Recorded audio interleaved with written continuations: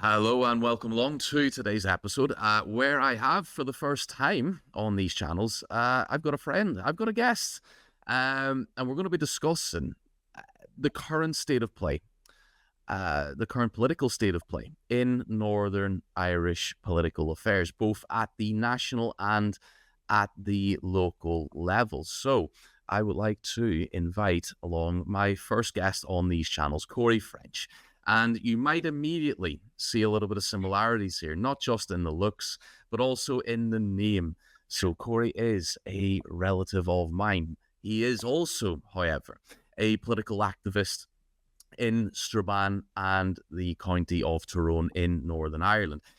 Corey has stood for Northern Irish Assembly election in 2016 and also the year after when a snap election was called in 2017, and stood for election to the Derry and Strabane District Council in 2019, all of which was as an independent. So plenty of political experience from a young age. So that's my introduction of you, Corey. And we're going to go through a few points today. But before we get into those, how you doing? What have you been up to recently in terms of? We'll try and narrow it down because that's quite a broad question. We'll keep it with the political stuff, really. At the local level, what have you been up to? Well, first of all, you actually admitted that I was related to you. Anyway, I'm surprised at that because not many of our family do, Paul. But no, thanks for having me. I suppose really, um, and quite recently, I have been just keeping myself busy in terms of issues that are coming up. I've been supporting families with like daily bread and butter issues, like benefits advice, with housing issues. I've been um, trying to encourage more people on the electoral register because we seem to be in a phase of elections more than what we would want these days. And I suppose really one of the biggest focuses I'm on now at the moment is obviously mental health provision because it's something I care very much about, and um, we're working collectively with statutory bodies and agencies right across um, local and regional level to improve provision in the northwest, but particularly in my own, I suppose, area of Strabane and Derry and beyond. So that's kind of what I'm at the moment at local level. But obviously, I like to kind of keep my finger to the pulse and obviously keep an eye on what's going on in Belfast as well as London because, as you know, the decisions that are being made in the Assembly and even in the House of Commons, they affect us, they affect you, they affect everybody, no matter what. And people might think that's a bit of nonsense, but it's a true fact. And as a voter, and I suppose really as an activist, I have a right to know what's going on, and um, do I support what they're doing? Maybe. Do I disagree with what they're doing? Highly likely, given especially in the last 5 years with a horrendous Tory government that we had. But nonetheless, it's just at the moment that's just what I'm at in terms of my activism and what I'm doing at local level. So yeah, it's all good. And obviously, I'm not uh, elected at the moment. Hopefully someday we'll see. But I just like people know that I'm there if they need me for help and support and advice or whatever I can help with. And if I can't obviously help them with a specific issue, then I go to someone who can. But I always make sure that person gets the help they need. Yeah, and I mean, you're touching on a number of points there, and they're in a way similar to my positions as well in terms of being a doctor and a lecturer of criminology at the University of Chester, but also not even a year yet. Actually, it's been I feel like we've covered a lot of ground with the West Lancashire Green Party.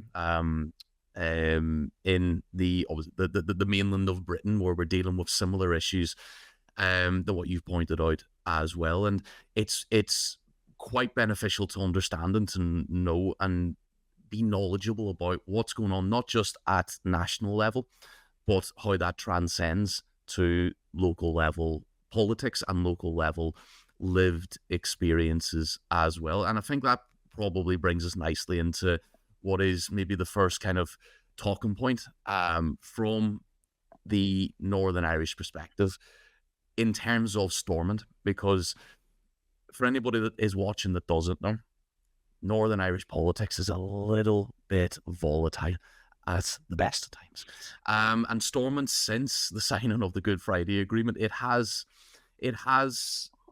well, there's no other way to put it, it has collapsed on a number of occasions. In fact, I don't know if this is true. I was actually thinking about doing the math before this meeting, but I never quite got around to it. But it seems to be maybe even a 50-50 split since 1998, 1999, in terms of the time spent collapsed government, functional government. It's just it's quite difficult to keep up with the timeline of when we've had a functional Stormont in Belfast and the times when we haven't. But at the minute, we're in a bit of a purple patch. We have had Stormont up and running for must be at least about a year now pushing, is it? Or maybe a bit longer? Yeah, the Assembly was back, and they got back to work at long last on the 3rd of February, I believe. Yeah, is it actually been, I could have swore it was like tail end of last year. It's only 2024. Out of action for about 3 years, was it at that point? I think it was about 2 or 3 years now. I think it's 2 or 3 years now, but you can correct me if I'm wrong. I should know this, obviously, because again, it's hard to keep up. It is hard to keep up. But yeah, the Assembly did come back. It was actually 2 years. That's coming back to me now. The Assembly came back on Saturday, the 3rd of February, and had its first sitting, elected a speaker, and Michelle O'Neill was installed as the first Nationalist First Minister as well, which it was in my opinion, it was a significant event because it never ever happened before. Yeah. And obviously this is it was a long time coming, obviously, and I know that it brought a lot of significance to it, a lot of historical significance to it, and obviously now that they are back, they have to share power with the DUP, who have been, I suppose, kicked off their pedestal of being the largest party in the Assembly now. So the DUP obviously have Emma Little-Pengelly as Deputy First Minister, and obviously Edwin Poots as the Speaker. So obviously with the Assembly being back up and running now, they've got a job to do within what's left of this current mandate before the next election to obviously try and get legislation through and get things done. But the most important thing, they made promises to people on the doors. They made me promises. They made you promises. They made everybody promises. So it's the onus is on them now to obviously try and fulfill and keep those promises. And I'm pretty sure if they don't, then the voters will remember that. And I mean, I'm talking obviously as someone that's grown up in Northern Ireland, but I haven't lived there in quite a while. So it is looking from the outside in. I know, I've obviously still got plenty of family and friends that live there as well. So, I know of some of the issues that have occurred. But from your perspective, though, particularly as an activist, how has the restart of Stormont, obviously it's going to be a positive, but just, I suppose, maybe picking out, thinking about during the collapse, the most recent collapse, and then since it's restarted, what's been the biggest benefits, or, in terms of thinking about how difficult some issues were to solve or some issues were to address during that collapse? What's been the biggest difference, or how basically has Stormont been functioning since the return? What's been the biggest notable points? Yeah, well, I mean, it's no secret that there is an avalanche of issues in the entry for the four-party executive to deal with. And obviously the biggest one at the top of that list is the health service, because our health service is in big trouble at the moment. And we have situations where waiting lists are sky high. People aren't able to get the treatment that they need at a very, well, I suppose, at a quick pace. And we've got nurses that are completely overworked and obviously not paid enough for the work that they do. And that's why I always, said to myself, during the pandemic, when we were all told we weren't allowed out the door, if you remember, Paul, we clapped for carers and we clapped for our nurses and we clapped for the NHS on a Thursday evening at 6 or 7 o'clock at night. And, I always say to politicians who can make the decisions, including those in the British government, you were quick to clap for the carers, but are you going to actually give them the carers and the NHS staff. You were quick to clap for them on a Thursday, but are you going to actually give them the pay award that they need? Because they are suffering as much as I'm suffering and as much as you're suffering, and everybody is, because the cost of living doesn't just impact one part of our community. It affects everybody, no matter who you are or what your job is. It affects everyone. But where the assembly comes into it, I suppose really the benefits of the assembly being back, obviously, that it is back for one thing, because we've had too much stop and start, we've had too much stalemate, we've had too much suspension, and obviously getting devolution back was a big thing, because public services are crying out for real leadership here in the north, and we have all these problems that need to be addressed by locally elected ministers, and we've just been in a sorry situation where we haven't had ministers making those decisions. There was actually a time where we had civil servants from within the departments actually making the decisions, but they could only make there was only like a certain threshold of decisions that they could make. They couldn't make a decision that a full decision that a minister could make, but they could only make like half decisions, if that makes sense. Yeah. So, and that was proven to be ineffective and counterproductive for so many different ways. But with the assembly coming back, there has been. I know I watch the sittings every week. People think I'm sad watching the assembly sittings every week, but I like to keep me ear to what's going on. We all need hobbies. We all need our hobbies. But we do. I do keep my eye on what's going on in the assembly chamber. But from what I see at the moment, MLAs from right across the house are bringing motions to the assembly. They're bringing private members' bills and things like that. And those are all with the intentions of obviously making laws better, making life better, making things easier for families and working families and the poor, our older generation, and people who are struggling and things like that. But one of the biggest things that I've, I suppose it's a very good thing, and it's a very positive thing as well, is that for the first time since the bill came out, we now have an official assembly opposition as well, and that's obviously the SDLP, who are the official opposition in the assembly. So obviously to give the viewers more insight into that, most I suppose political parliamentary systems have like a governing party and have an opposition, and the Northern Ireland Assembly operates under a power sharing arrangement, as you know, and it wasn't until this year that we actually were able to have and see a fully functioning opposition. It actually took a private member's bill from an ex-MLA, I think it was back in 2016, to change the system a bit so that the assembly could be a bit more modernised, more functioning, so that it can have an opposition. And obviously we know what an opposition's main job is to hold the government of the day to account. And the SDLP opposition are making great progress at the moment in holding the government to account. And with Matthew O'Toole being the leader of the opposition, and all the MLAs from what I can see in the opposition are not scared to ask the tough questions and prove that an opposition can work. And at the end of the day, a lot of people, if you really want to call it that, but a lot of people would see an opposition as a government in waiting as well. So that there would be something that I'd be looking at, and I would love to see the day where they weren't in opposition again. And I'm hoping that sooner rather than later. But they're doing a lot of great things there at the moment in terms of holding the government to account. I know the leader of the opposition stood up in the assembly chamber and not that long ago and asked the First and Deputy First Minister to make a pledge that they wouldn't resign their offices and pull the executive apart. And unfortunately, they couldn't give a definitive answer on that, which is no surprising from the two big parties. But, the opposition has brought a lot of positive motions through the Assembly recently, and such as the creation of an Environmental Protection Agency and banning no-fault evictions, tackling poverty, child poverty, removing the universal two-child limit cap and 2-year MLTs. And we actually can see now as well how those things transpire with the man and woman on the street, because those are all things that we all care about as voters and as ratepayers and everything else.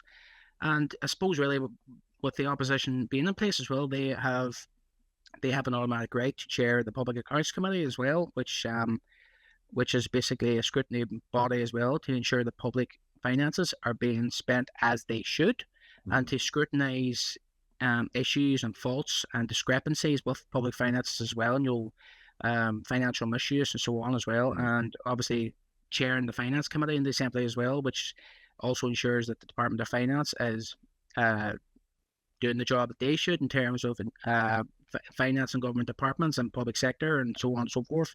But there's so much that the opposite, the benefit of having an opposition, I can see the benefits as well.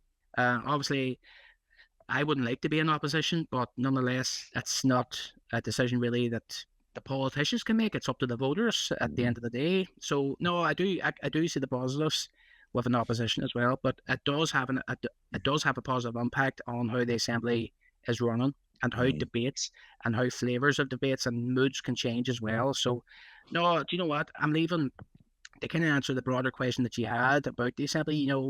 It's been down for so long and it came back this year.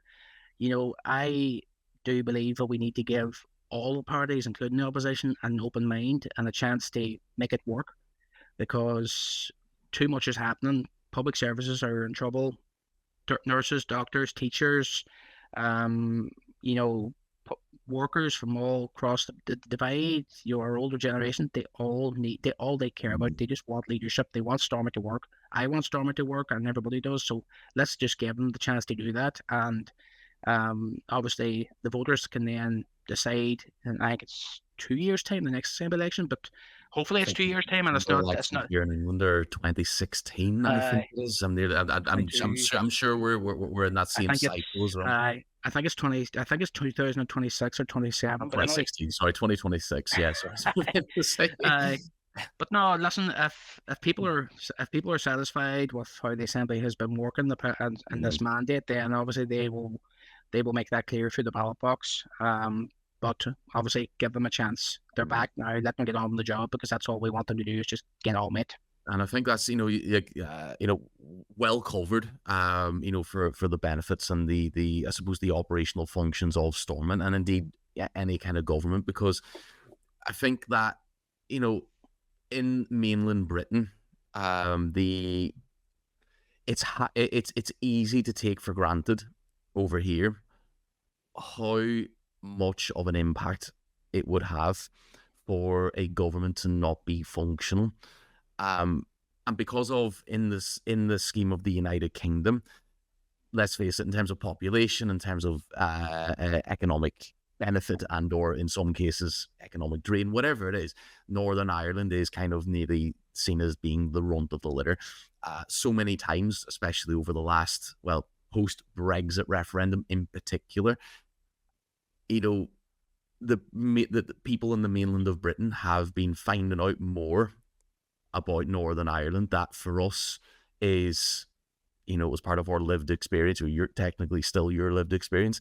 And I always laugh whenever that deal was struck between Theresa May and the DUP to prop up government. Oh. And one of the biggest search engine requests on Google, I think it was who are the DUP?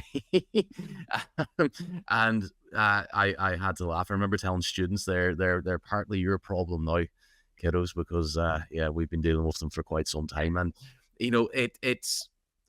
it's easy, like I said, for those in the mainland to take for granted all of the services, all the problems, all of the issues, all of the fundamentals that can only be partly addressed, can only be partly solved by civil servants. When MLAs, MPs, they need to be there. They need to be talking about certain issues, certain legislation. They need to be passing new legislation. If they're not there to do that, things become, it becomes a bit of a stalemate, and that has an impact on the economy. It has an impact on health services. And ultimately, if there's strains across those fundamentals, it's going to increase unrest. It's going to increase tensions across the board, and we'll get to those tensions in just a little bit. But I think we're kind of transitioning into having discussed that broad spectrum of what Stormont, a functional Stormont, brings to the table. I suppose the next part to go to for me is definitely the economy, because, well, as that old saying goes, it's the economy stupid. And for me, as a critical criminologist, if your economy is strained, then so is everything else. The economy needs to function, and it needs to function well. Otherwise, you're going to see symptoms of, you're just going to see issues popping up in healthcare, in education, in housing, across the whole spectrum. And Northern Ireland has been in a particularly unique position since Brexit was decided upon, I suppose, in 2016, but particularly since 2020 now, since we've officially actioned our protocol to leave as a bloc, as a United Kingdom. And ever since the Northern Ireland has been in that unique position, largely because of as I call it, the Boris protocol. It wasn't necessarily Theresa May's. It was oven ready, apparently, for Boris Johnson to come in and implement, even though it's not been without its issues. So I suppose, look, the issue or the question I'm posing to you more from your local level perspective, because for those watching, the Northern Ireland Protocol, I suppose, for giving to give the briefest of overviews, was to try and plaster over the issues that Brexit, the reality of Brexit, had with the Good Friday Agreement, in so far as not placing hard borders or hard barriers between the north and the south of Ireland. And that's what led, of course, to that infamous little border down the Irish Sea. But that only caused issues for parties like the DUP and Unionists, who obviously saw that as a barrier between relations and trade, and just barriers in general, really, between Northern Ireland and the mainland of Britain. But how's it been looking, or how's it been functioning at a national, to the best of your knowledge, and then at a local level? How's that impact, or what's the impact been on the economy? Because it's a bit of a mixed bag, really, from what I can see. Some advocate that it's had quite in relative terms, compared to what's been experienced on the mainland, in terms of increase in costs and increased frictions in trying to import and export. What's it been like in Northern Ireland? Because again, that the protocol creates that unique position where Northern Ireland, to the best of my knowledge, is much more aligned with EU regulations as opposed to the mainland of Britain. But again, it's a mixed bag in terms of, some say that it's been quite good, it's been beneficial for Northern Ireland. The voices I hear typically in terms of opposition tend to be those like the DUP, the former Conservative government, were trying to say that it wasn't, or certain members of the Conservative government were trying to say that it wasn't useful either. But what do you what have you found, really, in terms of cost prices or businesses? What's been the impact there? Now, well, I was kind of hoping I wouldn't be asked this, because I'll explain why. Okay, I understand that, the whole thing about Brexit, and I'll say to you, the day I die, that the decision that the public took over in the mainland to leave the EU in 2016 was probably the most devastating one that they could ever have made. But obviously, I'm aware as well, with the Northern Ireland Protocol, that was negotiated, I believe, in October 2018, 2019, but I can't recall, but it was in October month anyway. I do understand the concept of what some argued that the protocol authors, if you want to call them that, that the protocol was there to protect the EU single market, and with the intention of avoiding a hard border that might, insurrect conflict again in the north, and that's obviously something that none of us want. But that model, that Northern Ireland Protocol model, was negotiated by the Theresa May government, by the Boris government, and obviously had a very, very big influence by the Democratic Unionist Party and its leader, Arlene Foster. Um, and Oh, I forgot they about Arlene Foster. So much has uh, happened. You forget about certain political figures, don't you, until they're mentioned. mi- mind I her, forgot about she was hard work. But her. Almighty. well, sorry, Baroness Foster now she's in the House of Lords now. Oh, yeah. And is she still on GB News? She So I was believe, for a but bit. it's not worth watching. No, Um, no, that's why I had to with ask all the the question. with all the rhetoric that comes out of the mouths, like Arlena Farage, were like like that, like Yeah, I tomboy. see Farage still on it because I follow pretty much most of news channels from around Great Britain and then internationally as well. They get a good feel of, well, what's going on, but how certain issues are reported by certain outlets. But I haven't seen anything from Arlene coming out of GB News. I might have to get a wee look at that. But either way, yeah, sorry, I'm interrupting. But just one of them But faces. I was surprised. I was surprised I forgot her. no, well, we can forget her because she wasn't exactly the most effective of leaders, uh, and we could, especially whenever she was responsible for the RAHI scandal that brought down the yes. assembly. So we'll touch on that later, but I'm not getting into a whole rant about Arlene Foster because she's old news, old GB news. But no, again with the protocol, for me, like what I have seen happen in the early days of the discussions and everything else, food prices have went up. It has taken longer for parcels to actually get, hypothetically, let's say from Amazon. We don't know what part or where it's coming from. But if you ordered something off Amazon, it was coming to your home a lot slower than what it would have been. Um, you would have, like I remember coming into Asda one time, and it was actually a few months after the protocol was enacted, and um, the fruit and things I got there were, they were like off. They weren't Pushing for fresh. They were really. It was well past its empty date, like, shelves and and yeah. So I remember going home to visit and I do I mean you see them here as well like but I uh, mean the empty shelves as well like was I suppose the point we're getting at as well like I mean there's some issues that have been it's a Brexit causation oh, without there's a doubt, and yeah I think that's what the point I was making there. Was that because of the empty shelves and the quality of produce not being what it was, mm, those are all implications of Brexit, yeah implications of protocol, and and it doesn't seem to be getting talked about enough like the actual it's Brexit discussion I don't know if it's national fatigue maybe because we're talking about it in quite a hostile way for a number of years, and it was quite volatile at certain points as well. And right now, though, I think mainly because for the Conservative government, we're able to mask it behind, you know, the pandemic and the issues of COVID, and also then to some extent these things were through COVID, and then the war on between Russia and Ukraine as well, raising prices on things like petrol and gas and what have you, and that's fine, that is true, but the Brexit effect wasn't discussed nearly as much as what it should have been for the reasons that it would have highlighted the glaring issue of, well, Brexit in and of itself.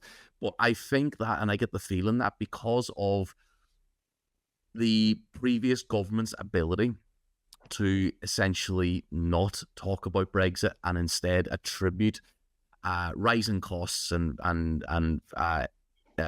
issues with trade and what have you, and attribute them to COVID hangover and ongoing issues with Russia, Ukraine, and basically anything else that it's been such a prolonged period of time now out of the public spotlight where we haven't been focusing on Brexit to the point where Labour didn't really bring it up in their general election. The Conservatives certainly didn't bring it up in their general election. A lot of the other parties just didn't. It seems like none of the political parties in mainland Britain want to touch that hot potato. And it needs to be discussed because it is having an impact. And, just like what you were saying there in terms of rising costs and difficulties in being able to get produce and whatever else from A to B, some of the issues are quite impactful It's not just food, which obviously is important, but it's things like medicines and ingredients for parts for certain, even down to engineering and whatever else. Being able to get those from A to B is a lot more difficult. Certain people, when you talk to them, seem like they're a lot more accepting of those barriers. A lot of other people are maybe at that point now of being oblivious as to the true source of them. Basically, I think that Brexit's sort of fallen off the spectrum a little bit, and is the time real? Is it time now for thinking about, from a West Lancashire perspective in terms of the Green Party, from your activist work in Northern Ireland, is now the time to revive the Brexit conversation? To a certain degree, I was thinking, I do think about this often, and how quick Brexit was done, how quick the Tories brushed it under the carpet because they couldn't wait to get rid of the argument because they were fed up talking about it, and they just literally wanted to, I suppose, blame others, and they didn't take responsibility for what happened. But I don't believe that the discussions are over, and they should not be over, because there is still a lot of issues out there that have to be ironed out. Like, for example, from where the DUP were involved in all this, the Irish Sea border, they had to get that Irish Sea border. Yeah. That was on them. And then months later, they came under huge pressure from the TUV. TUV, for listeners watching, what do they? What's their initials again? What's their abbreviation? What does it stand for? The Traditional Unionist Voice. I thought it was that. I didn't want to say it in case I was wrong, but I thought it was that. It was a breakaway party from the DUP. It's been led by Jim Allister, who is now MP for North Antrim. Kind of like maybe a bit of a like for like in terms of a similar situation. I would say that Reform is a break away from Conservatives to the further to the right of the Conservatives, the right spectrum of the Conservatives that didn't quite fit the Conservatives, so they broke away into Reform UK Limited. So TUV are kind of that iteration, different policies, different standpoint, but that kind of same sort of trajectory. Yeah, well, I mean, the TUV, I would love to see the TUV extinct, to be honest with you, because they don't offer anything positive to any aspect of life. But they put an extra amount of pressure on the DUP, and as did others as well. Not just the DUP, but a lot of people put pressure on the DUP to obviously change their mind in relation to the protocol, and that was around the time as well that the DUP leadership at that time decided to pull the First Minister out of the executive, and that collapsed the Assembly. Paul Givan was the First Minister at that time. And then, and this is where we go into the whole 2 years of stalemate then, because a lot of the discussions were around their protocol. Brexit. The DUP were never ever happy, because they were being offered alternatives, they were being offered scenarios and situations that may enable them to go back into Belfast. But the DUP were under a lot of pressure from within their own ranks, within the TUV camp, from the loyalist community as well. There was different factions all holding their fire, or their feet to the fire, so to speak. So the Windsor Framework then obviously came about, and that was obviously discussions that were involving the DUP and other parties as well. So, we have the Windsor Framework now, and obviously I think that's probably the best we're going to get. And to kind of get back to the initial question you had, there is still discussions to be had around Brexit, and different things. That's why some of the devolved administrations we have in Wales, here, and in Scotland, and even in London, we all have our own scrutiny committees that are set up on the back of Brexit and on the back of the protocol and Windsor Framework that scrutinises, legislation and anything to do with Brexit. So that's good in that sense. So the discussions are still taking place within, for example, the Windsor Framework scrutiny committee within the Assembly. That's where discussions are being had. But I know that there is still people there in households and things like that there that are still unsure about things, and the long-term benefits, if there is any, or the long-term the long-term issues that Yeah. could pop up in 5 years' time or 10 years' time on the back of the Brexit vote, on the back of the protocol. Who knows? But Right. I don't think the Tory government at that time, and particularly the worst haircutted Prime Minister that we've ever seen, Boris Johnson, ever actually knew, the full ins and outs. They We thought they never knew. understood Northern Ireland, but then again, I would They say never that's did. probably true of most mainland Britain politicians, and indeed the public, because there's that core. Obviously, Brexiteers rather. There is a cult following there, and it's hard to measure. I think at the moment who would still, if we were to have another referendum tomorrow, for example, what way that might turn out. Um, but it's hard to it's hard to measure who is still very firmly, though the amount of people percentage wise who would still be very firmly on board with Brexit right now. And I think that if hypothetically a referendum were called tomorrow, that it would focus more on the local level issues, maybe, of what Brexit has caused, if we could highlight them effectively. But because of that kind of ignorance of mainland Britain towards Northern Irish issues, I think if you could effectively amplify the issues that it's caused for Northern Ireland, and then indeed those issues that it's caused and the headaches that it's caused for Great Britain as well, the favourability of Brexit might have a little bit of a decline. Because, I mean, if you look at the trajectory since 2016, the issues of trying to even get a mandate or legislation across the line because of Northern Ireland alone has been monumental. I mean, we had quite a few Conservative prime ministers. Theresa May was probably not the worst of them, but she was probably the one in the worst position because she, to the best of my knowledge, electioneered for Remain, but then was handed a Brexiteer mandate and was trying to navigate that political terrain accordingly, and probably did the best she could. Again, a lot of scrutiny should be aimed at her, but did, I think, the best that she could within the context of, and again, probably one of the biggest sticking points was Northern Ireland. And I just don't think that people in mainland Britain, and particularly politicians, understood the magnitude of borders here and there. Here and there, they didn't really understand why that was maybe such an issue. And I mean, I don't know if you remember, I certainly do, the borders between where we grew up, right on the peripheral of north and south, and having to get out and get cars checked and whatever else, and the army barracks still up, and it's a big issue, and it's an issue that I just don't think resonated with mainland Britain to the extent that they were just sort of shrugging their shoulders collectively, thinking, well, so what? We're focused more on getting out and getting this perceived sovereignty and all the rest of it. And Northern Ireland was a distinct afterthought. But it has had impacts on the economies of Northern Ireland and mainland Britain, because we're living maybe two different experiences of Brexit at the minute because of the protocol. I would say that overall Northern Ireland seems to be doing that a little bit better, but not immune to rising costs and what have you. But that's been happening globally.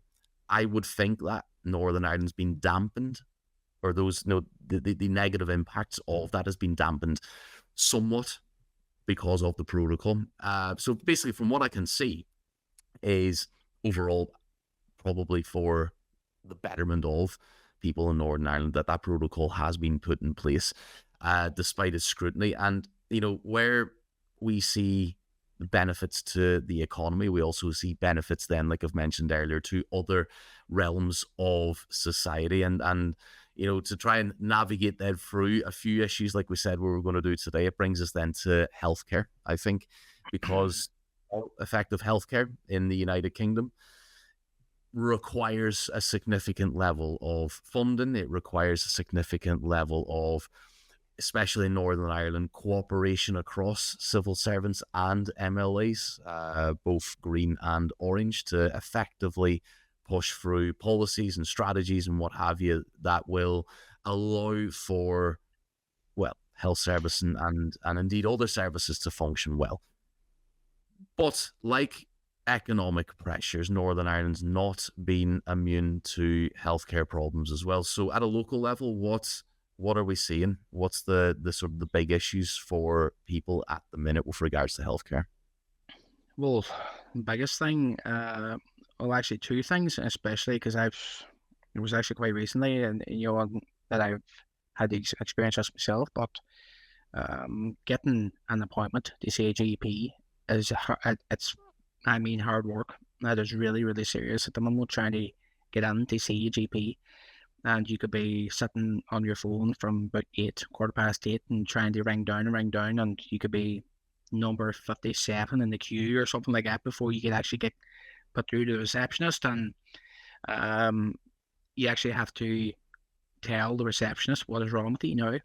And a lot of people aren't really comfortable with that because you know yourself, you could have private conditions, or you could have private, things wrong with you that you don't really want to tell a receptionist. Now, don't get me wrong, I'm not knocking the receptionist because I know that they are genuinely trying to help. And they're just doing their job as well. Like, They're I mean, just doing their job, and I would I imagine know, most receptionists wouldn't want to be in that position either. But of course, absolutely, here we are when we're trying to streamline for the sake of cost cutting as well. Like, yeah, it's because I know doctors have instructed the receptionists in my GP practice to carry out that. But it still remains the case that it is extremely hard to get an appointment. And then, like, I can actually recount a situation as well, which is my next point. Um, a senior member of my family was ill.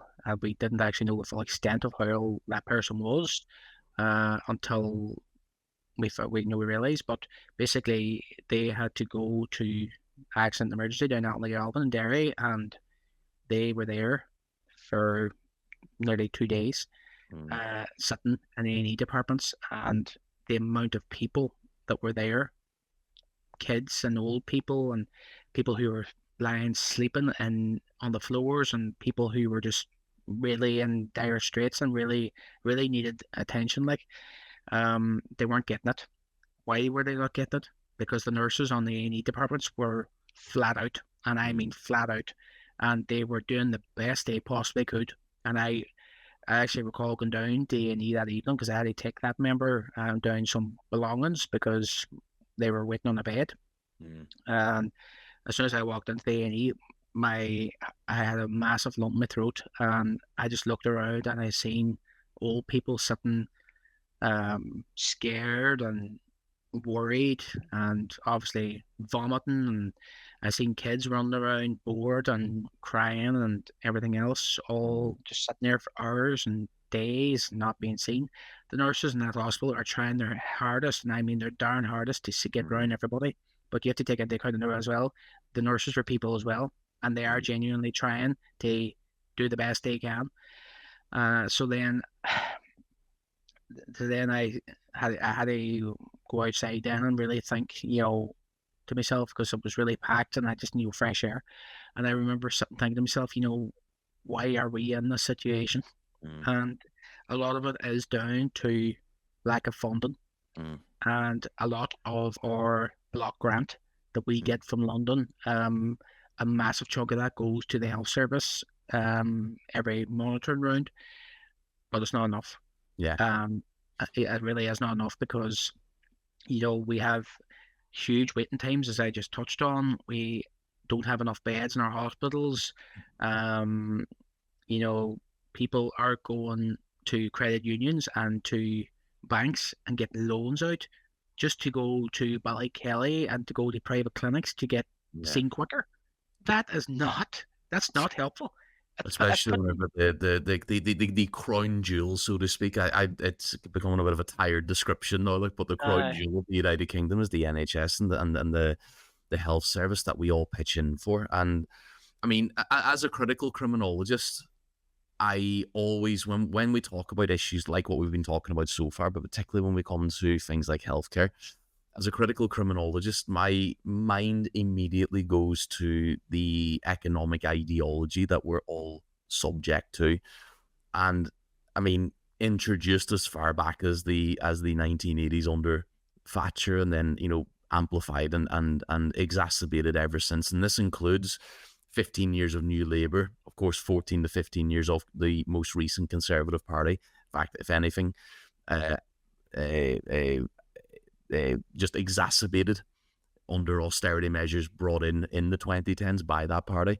And it's not, the tune hasn't changed either under the current Labour Party either. So basically, neoliberalism, for those of you that aren't aware, is very much an economic ideology that is all for small government. It's all for little tax, little government involvement in all aspects of social life, and that includes the economy, unless, of course, we need a bailout, publicly funded.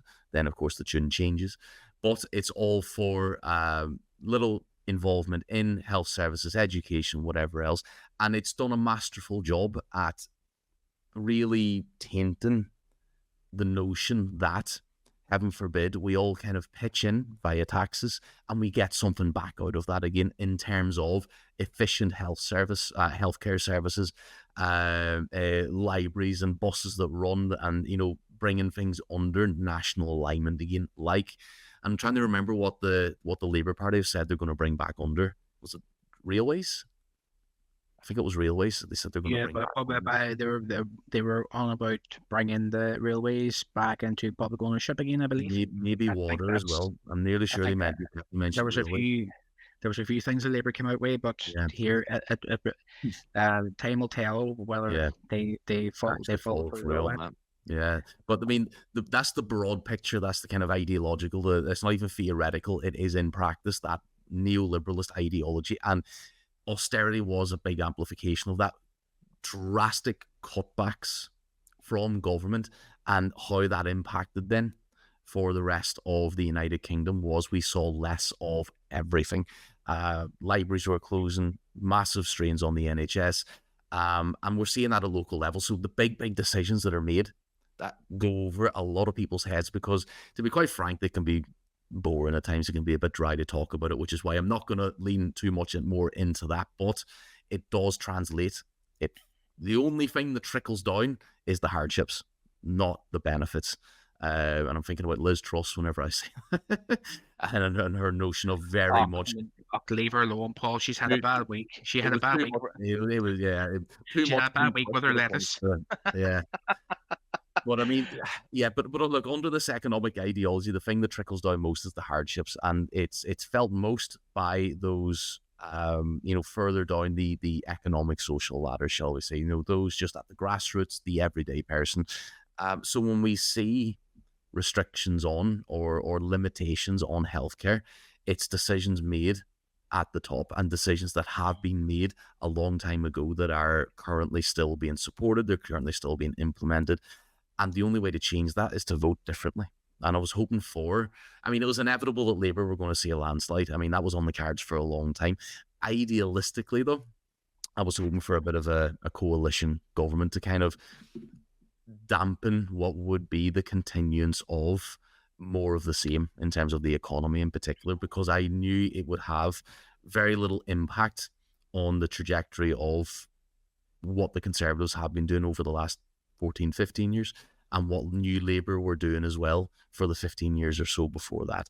Labour, since the Blair era, have just been the Conservatives with a smile. They're not as aggressive in their sort of road towards where the Conservatives were trying to more aggressively take us, and that's only going to be seen more over the next, at least 4 or 5 years under current Conservative or under the current Labour government as well. But it has that impact because, of course, Northern Ireland gets a share of the UK, pot, so to speak. They get funding that is decided upon largely in Westminster. How it's spent then is up to Stormont, for the best of my knowledge.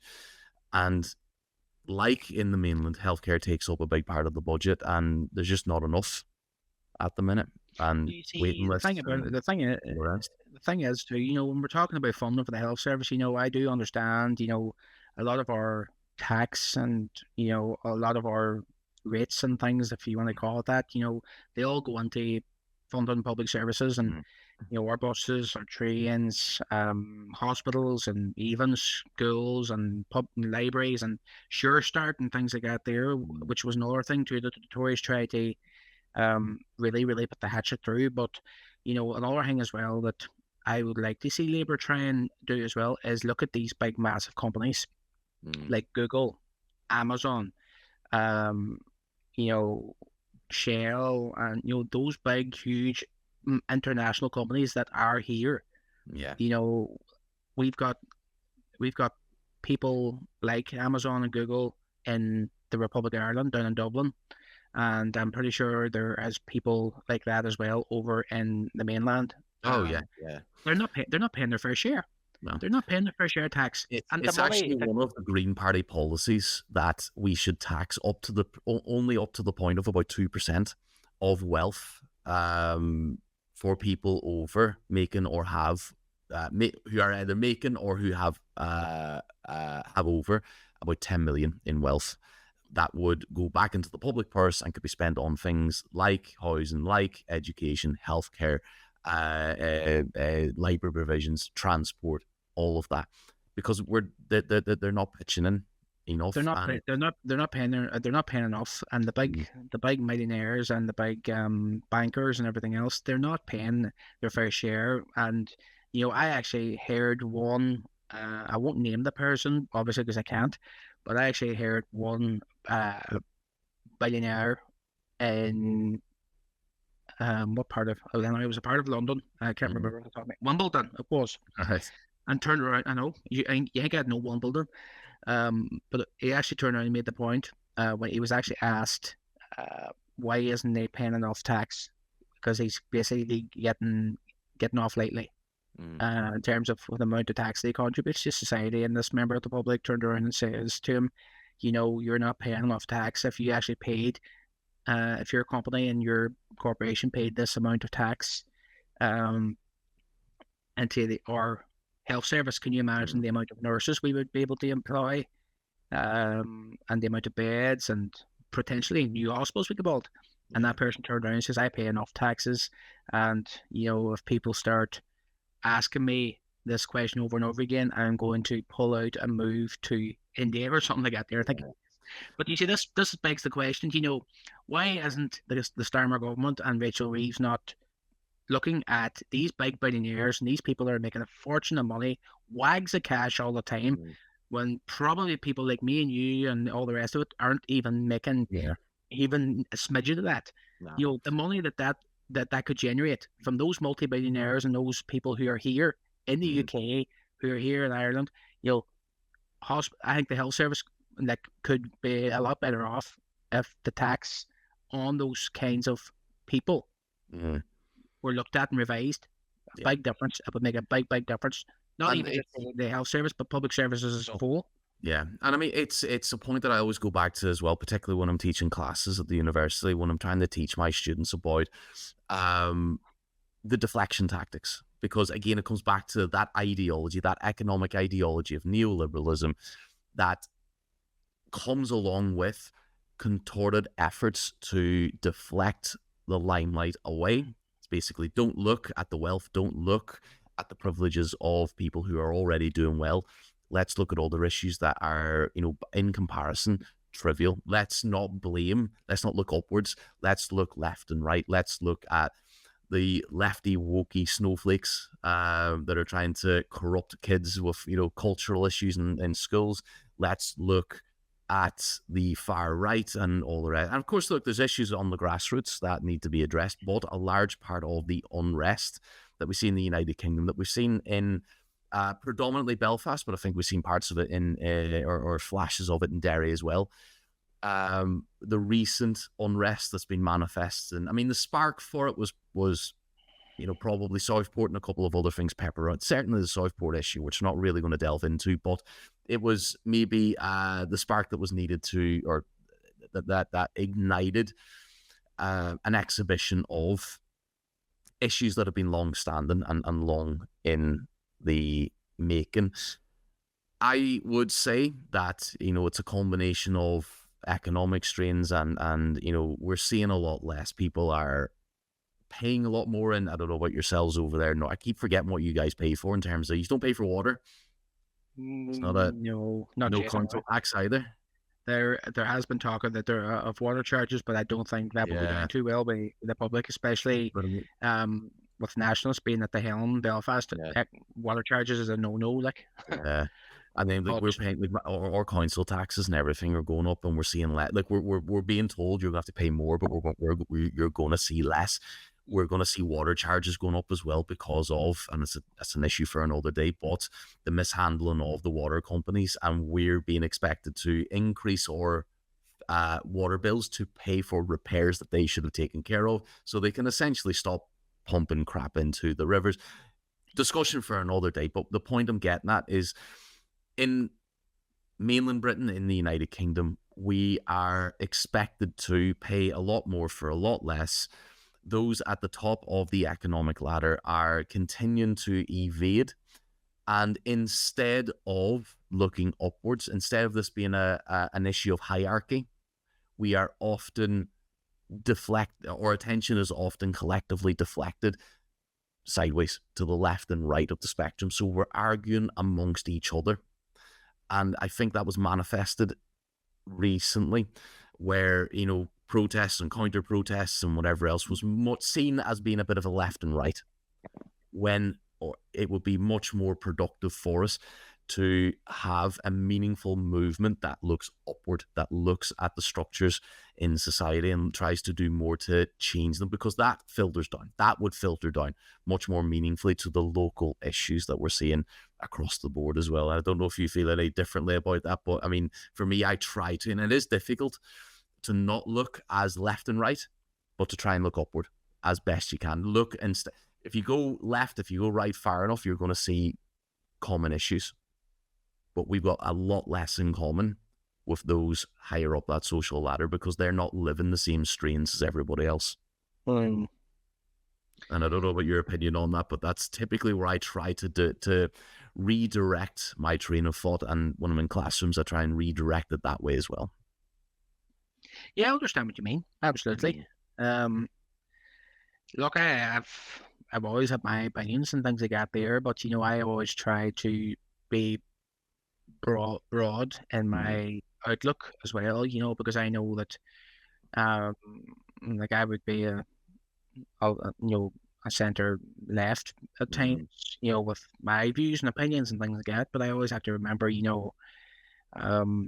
that there's not just me and my community and the people I represent that are living here. There's people from the unionist community, there's people from the Polish community, there's people from Turkey and Switzerland, and there's people from China and just all walks of life from different parts of our globe that are all living here, and they have the same rights as I do because they're here for a reason, and so are we, to live and work and have an honest, decent and happy life.